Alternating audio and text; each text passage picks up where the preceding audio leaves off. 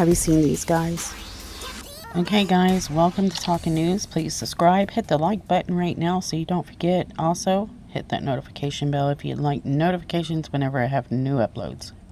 Now right now guys, we are going over the Jennifer Dulos case, so part 2.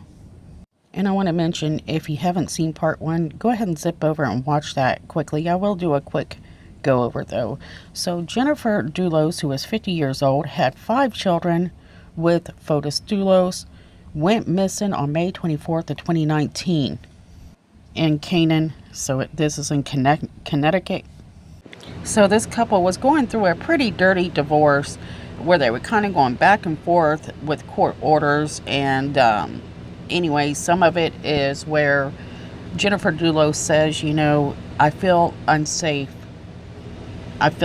for my children. He's the type of person that will, you know, do things whenever he's wrong. He'll do anything to win. And Fotis Dulos was actually, he put in his side of the story saying that she had mental health issues and that she was crazy. However, the Judge Heller found that Fotis Dulos broke the court orders in multiple ways to achieve his personal goals, including by getting his children to lie for him. And sadly, a psychiatrist hired to do an investigation on this, found that Fotis Dulos' actions actually caused physical harm to the children.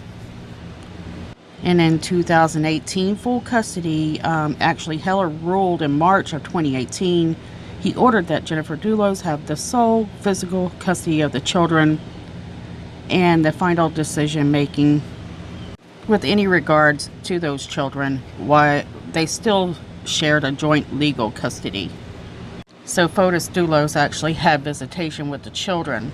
And all I could think about as the story unfolded is what Jennifer Dulos said is he would do anything to win, and she meant anything. So first we have to determine who was winning during the custody battle. Well, it seemed that Jennifer Dulos at the time was winning the custody battle. So after Jennifer Dulos goes missing, now I want to make sure you guys know this, that Jennifer Dulos was last seen on a neighbor's security camera at 8:05 a.m. on May 24th, returning to her Wells Lane home after dropping off her children at a nearby school. So believe this. So this is pretty important details here. So Jennifer was wearing a Vineyard Vines t-shirt the morning she disappeared. And what is odd about this and what's important about this is the fact that police later said that they were able to pick up some of the security footage of Fotis Dulos and his girlfriend Michelle Triganis dumping off black bags in a Hartford while they were dumping these bags, and the police actually were able to recover some of them. And they found out they actually recovered some of Jennifer Dulos's DNA residue, clothing, and that's according to arrest warrants. Later we find out that t-shirt that she wore that day had actually been recovered in one of those bags, claiming to be residue soaked. I try to be careful with my words here, guys. So here we have quite a bit of circumstantial evidence. You'll hear, if you hear it from Fotis Dulos' attorney, they don't really have much. But let's read over this affidavit of what they found real quick. So this is stuff actually coming from the actual affidavit involved with this case, and you can see here is quite a bit of residue recovery. So swabbing several of those areas, they recover a lot of Jennifer Dulos' DNA, as well as a few from Fotis Dulos. And this is at the home on Wells Lane. So this is in New Canaan. This is at Mrs. Dulos' home in Connecticut. So you can see here that they also recovered it from a Range Rover and a few other things. So let's go over this affidavit just a little bit more. So they're saying in the garage floor north left of the Range Rover, there are splatter stains. This means that Jennifer Dulos' DNA residue was airborne at one point, and this is only caused by an attack. When police investigated further, they also discovered that the Chevrolet Suburban that belonged to Jennifer Dulos was missing. It was abandoned approximately around 7 at Waveney Park in the New Canaan area. What was weird is the lights were on and the transmission was left in reverse. Here, the affidavit explains that Fotis Dulos was actually living in 4 Jefferson Crossing, in Farmington, Connecticut. So it's about an hour, a little bit over drive from his home to his estranged wife's home. I have to apologize to you guys. We will have back noise today. So the police actually get a warrant to confiscate his phone, in which they did. He handed his phone over. And that was on 5/25/2019 at 2:47 p.m. And a little while later at 8:50 p.m., they get a search warrant. So a seizure warrant. They also recover some cell phone information as well as forensic information. The cell phone provided information that Dulos' headset was in the area of Albany Avenue in Hartford during 7 o'clock the day Dulos goes missing. This is very important. It kind of shows police where he's at and what he's doing. So at this time, Michelle Tregonis is talking to detectives, and we're finding out that when she was first interviewed, now remember, Michelle Tregonis, if you're not familiar, is the girlfriend of Fotis Dulos. According to Michelle, she said that her and Frotis were in the shower together the morning that Jennifer Dulos went missing. However, detectives show her evidence that they have surveillance of her not being in the shower. Police prove that they know that she's lying. At that point, Michelle Tregonis realizes she's smart enough to know that police have evidence to prove she wasn't in the shower. So what now? So at this point, Michelle really doesn't have any other option other than to try to come clean without incriminating them. Police show her photos of apparently blood on the inside of one of the truck doors, and she concluded that the body of Jennifer at some point was in there, and that's quoted. Now I remember when this happened because a lot of people thought she was going to come clean, and we all hope so, as one fellow woman to another. So at one point the next day, and it's, Dulos enters the lobby of the New Canaan Police Department, and he met with one of the officers there. He asked him if there was any news on his wife's whereabouts. So the main concern of investigators during this time is the fact that Fotis wasn't really concerned about his wife's well-being, which is always a red flag. Also, they were having to deal with a girlfriend which they interviewed multiple times, and each time had a different story. So police show Michelle, that they had pictures of blood on the door. She admitted that Dulos did clean up the truck, and to the fact that she herself brought the black garbage bags that police seen the 2 discarding and surveillance cameras all around the area. This reminds me of, I can't help it, but the Kelsey Barrett case, where you hear the nurse, the girlfriend of Patrick Frazee, the fiance of the missing woman, Kelsey Barrett. They kind of worked together to clean up the mess. And at first, she tried to,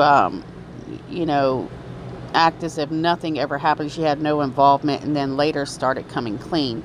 She actually just now got 3 years. I wanted to cover that video, but I haven't had time. So Michelle Tregonis, here we have another, side girlfriend. She's starting to kind of come clean, but later at some point she decides she doesn't talk anymore. And that was disappointing. But anyways, after talking with her, this led to a few charges, such as tampering and fabricating physical evidence and first-degree hindering prosecution. And each of them at that time were being held on a $500,000 bond. they ended up making their bond and getting out of jail. So let's learn a little bit about Michelle Troconis, because I really haven't had enough time to put into this like I want to. She is a mother and a CEO, and as well as a well-traveled, multilingual high roller. She's a businesswoman, and she's seen in the world of interviewing celebrities on television. She helped launch Ritzy World, the renowned ski resort in Argentina, and is also labeled as a inventor. But Michelle Troconis is not the only woman in Fotis Dulos' life. In fact, there's another woman behind the scenes that claims to be his best friend, and her name is it's Anna Curry. Which supposedly, which I said I can't do background on her yet, she's pretty wealthy as well. So Fotis Dulos was having to put up a lot of money to post bond because he was arrested several times. And as you know, Fotis Dulos took his own life, and I want to kind of hop around. I have to, guys. And a lot of people are trying to figure out the motive in that, and I believe the motive had to do with he knew he reached his dead end financially. He was posting bond on properties that really he really wasn't going to have to post bond with, because some of those properties were in foreclosure.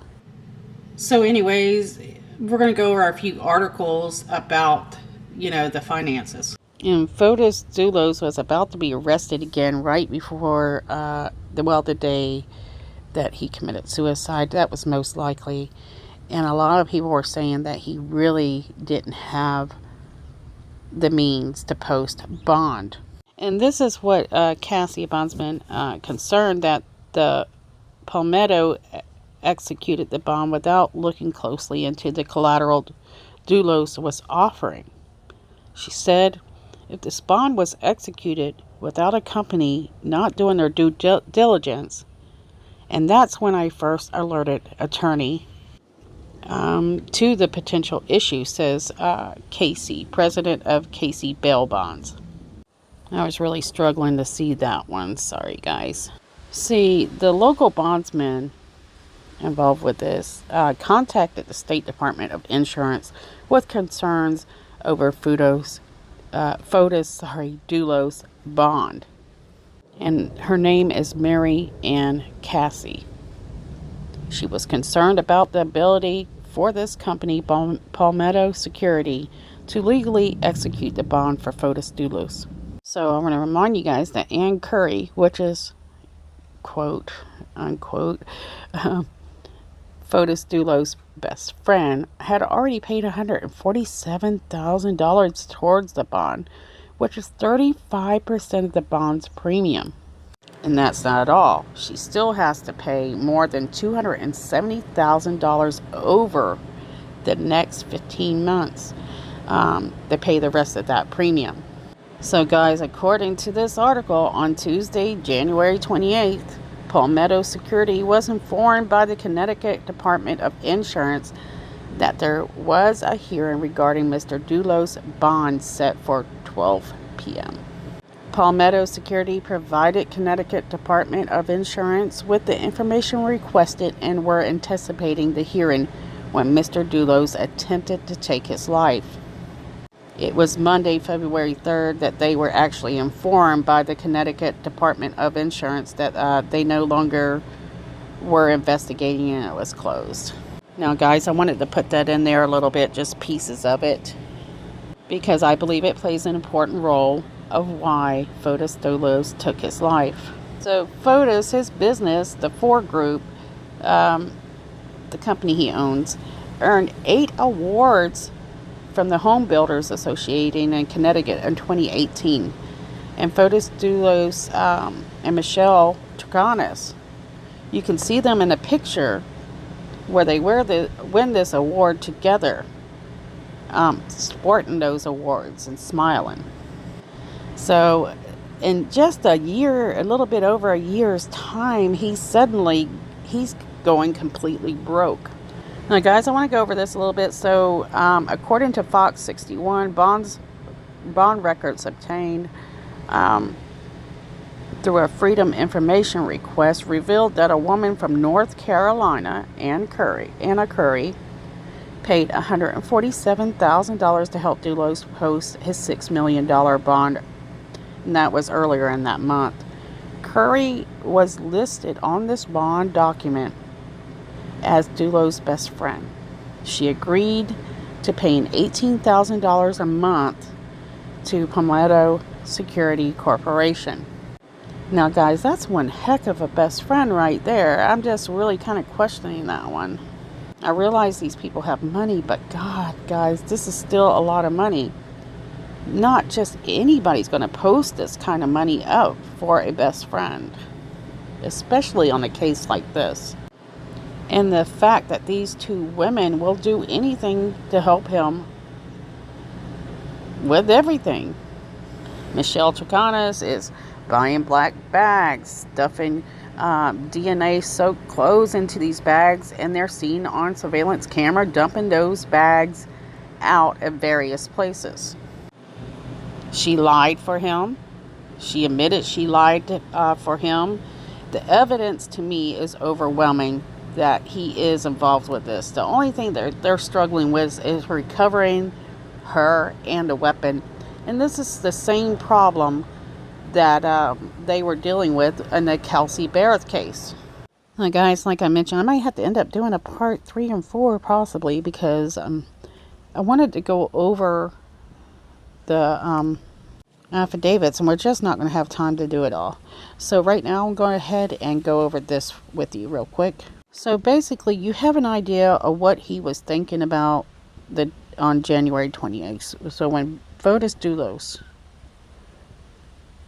was hospitalized in critical condition for a period of time, just a couple of days, and treated for carbon monoxide poisoning after his attorney said he attempted suicide at his Farmington, Connecticut home.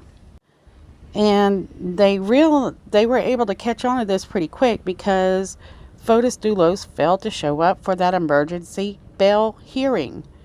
And so officers went out there, performed a wellness check at his house. But when they looked through the windows, officers saw him in the garage.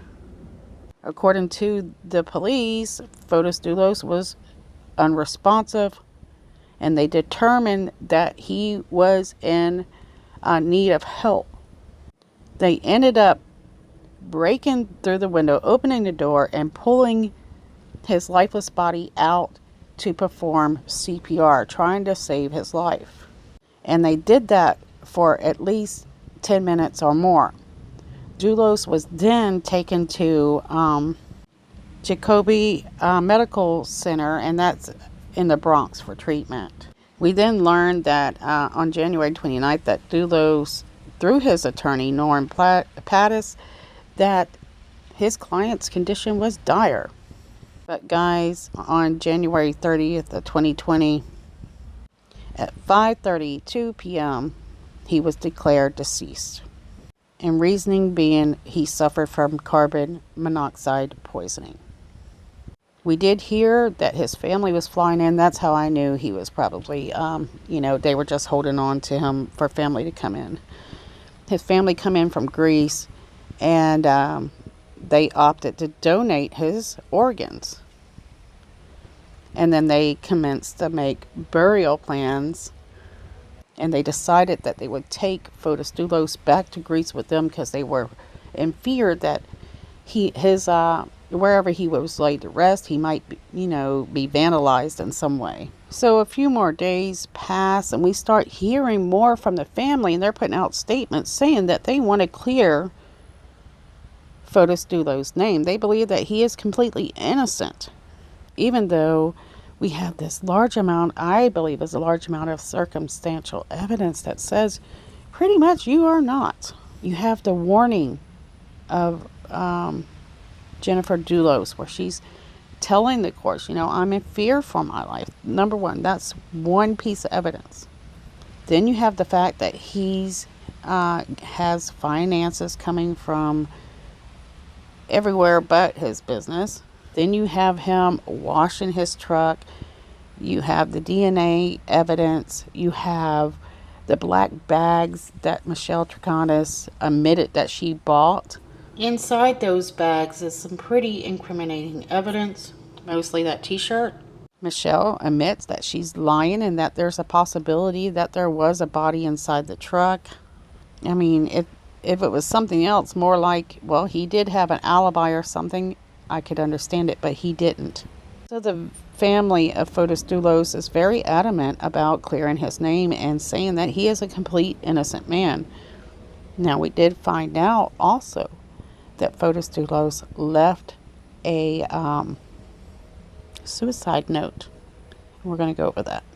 If you're reading this, I am no more. I refuse to spend another hour more in jail for something I had nothing to do with. Enough is enough. If it takes my head to end this, so be it. I want it to be known that Michelle Troconis had nothing to do with Jennifer's disappearance, and neither did Kent. I asked the state to let them free of any such accusations. I also asked the state to stop harassing my friends. He names a few of them, one of them being Ann Curry. Please let my children know that I love them. I would do anything to be with them, but unfortunately, we all have our limits. The state will not rest until I rot in jail. He then writes that his attorney will explain what happened with the bags in Albany Avenue. He says it's fabricated by law enforcement, guys. He then thanks all his family and friends for sticking by him and says sorry that he's letting them down and can't continue to fight. So my opinion on this letter.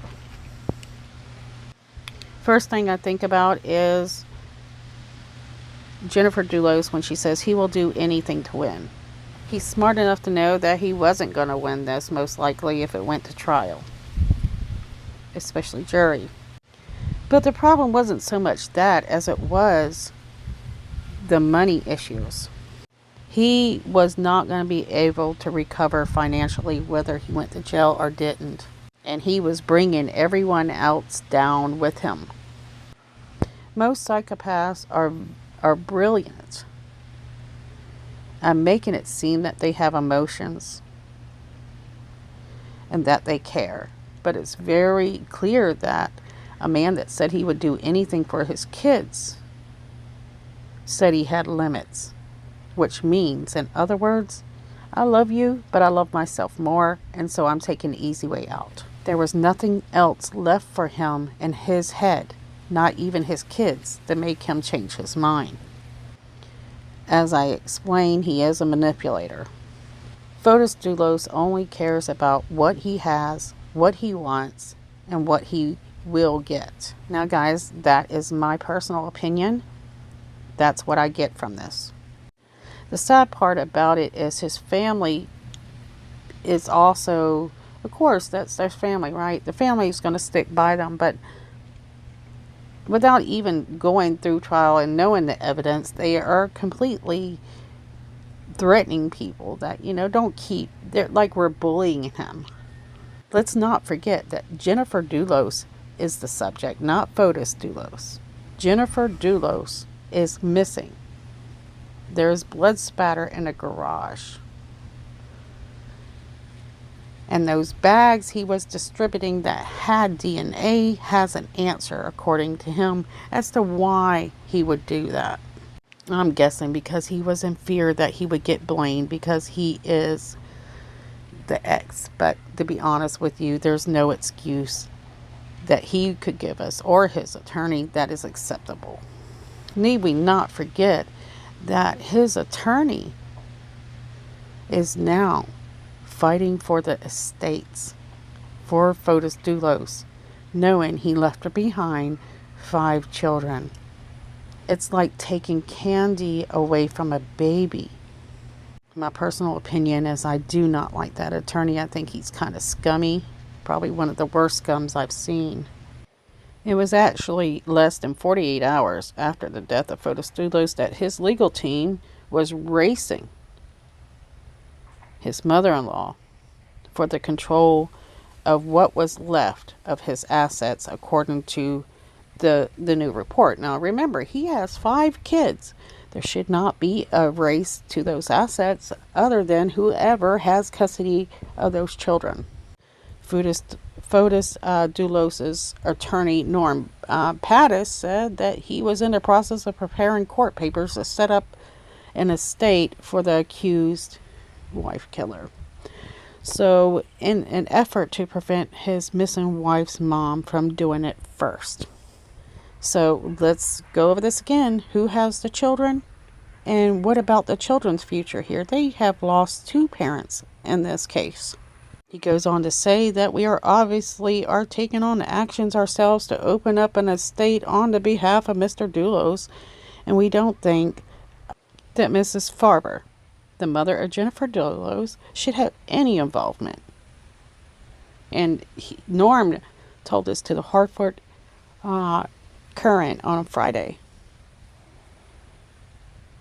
Now let's not forget, Miss Farber has a lot of money in this stuff. These are loans she's given to Fotis Dulos. And again, guys, we must consider the fact that she has 5 children to raise at her age. All this money she's put out to this couple. What in the world is this guy? Is he doing it for this man that's no longer here? Is he doing it for the children? Why is Norm Pattis doing this? That's the question you need to ask. And he's doing it for himself. This belongs to the Farbers because on the real estate records, it shows a clear picture of Fotis Dulos, his business finances in trouble. His ventures drew strong financial backing from his father-in-law, Jennifer Dulos' father, of $10 million between 2004 and 2016, according to court documents. But after his father-in-law passed away, which was early 2017, they ended up, taking the majority of that cash flow away from Fotis Dulos. So the loss of that financing also came as a demand of a high-end homes that weakened significantly.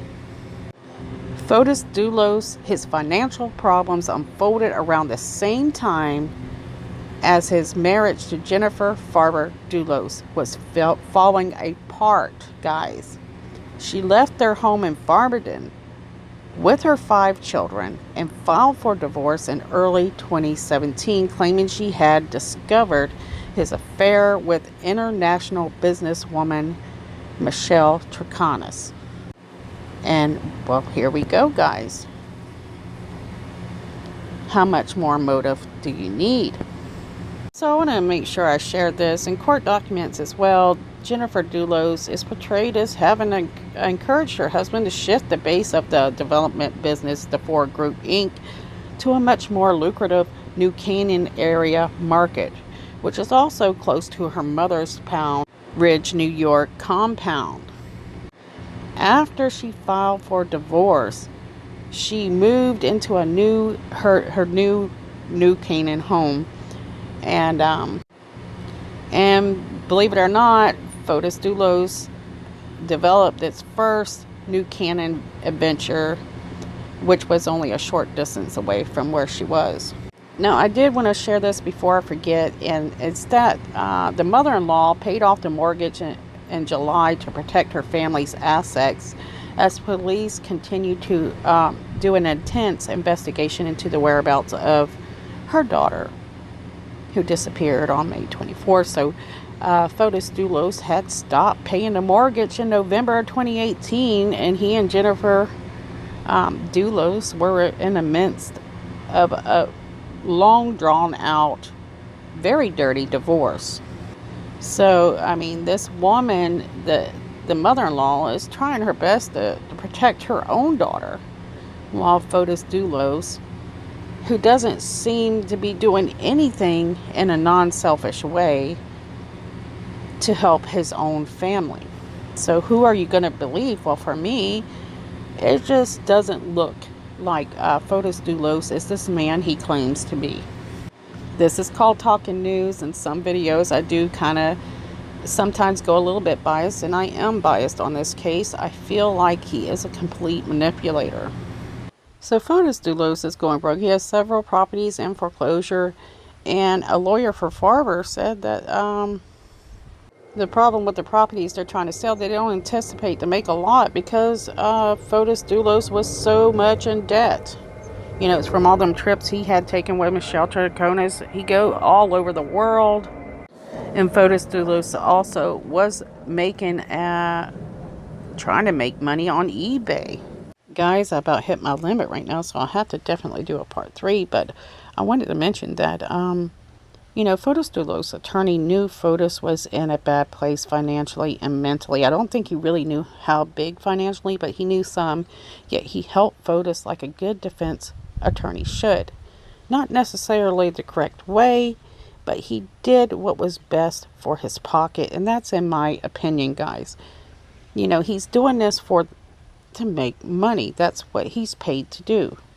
And in the end, always, the person is innocent until proven guilty.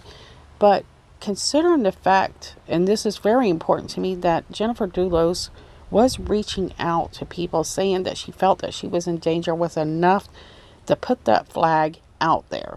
Do I say Jennifer Dulos was perfectly innocent in the divorce? Probably not, because it was a dirty divorce. But I can tell you, after watching and reading that note that he left behind saying that he'll do anything for his kids, yet he took his life, he's a manipulator that don't care about anybody but himself. Guys, I would love to read what you guys think about this. Please share in the comments below.